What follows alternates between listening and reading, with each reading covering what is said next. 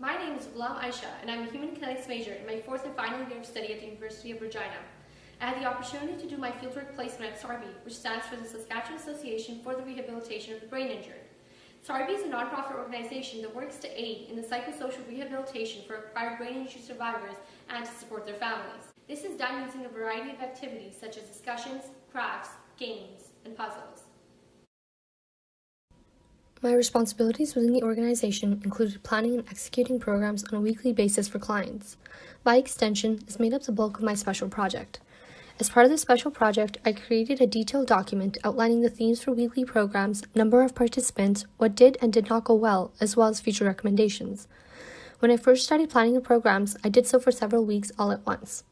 I quickly found this to be an ineffective method of planning because not all of the clients had the same level of functioning and were unable to perform the desired programs. Learning to adapt programs to specific clients, even when addressing a large group, was a skill I had to learn. More specifically, I wanted to focus on helping clients get past the psychological barriers they had set for themselves in terms of their capabilities. This was done through programs where self-awareness and positive self-talk was a central theme. Having the clients do activities outside of their comfort zone, such as writing poetry, helped many realize certain strengths that they were unaware of before. This affirmed that taking part in the program was valuable for the clients. In terms of the organization, I introduced new program ideas for them to use in the future, alongside helpful information on what to change if they did. This is useful as there are only 2 permanent staff, so a third party can be very beneficial. Since this was a continuing project, it was monitored throughout my placement, and adjustments to programs were made along the way when needed, such as when a new client would join. While planning and executing programs, I refined and developed my confidence and communication skills in a new environment. In addition, I learned to slow down and be more patient when conducting an activity. This meant learning to speak less and listen more. My clients quickly grew on me as I learned more about their lives and the resilience they showed when overcoming difficulties. I was also forced to step outside my own comfort zone and explore my creativity for the sake of the clients.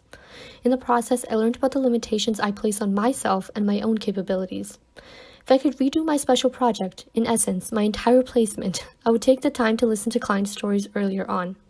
I went in with a mindset that my role was that of a program planner, but I did not realize until more than halfway through my placement that clients respond best to programs when you have formed a relationship with them. Also, this would have allowed me to pick up on individual strengths and weaknesses earlier on, which would have aided in long-term planning. The most valuable lesson I learned throughout this process was that no one day will be the same as the next. Preparing as best as you can, but learning to embrace the uncertainty that not everything will always go as planned will save me a lot of stress and better the overall experience for the client.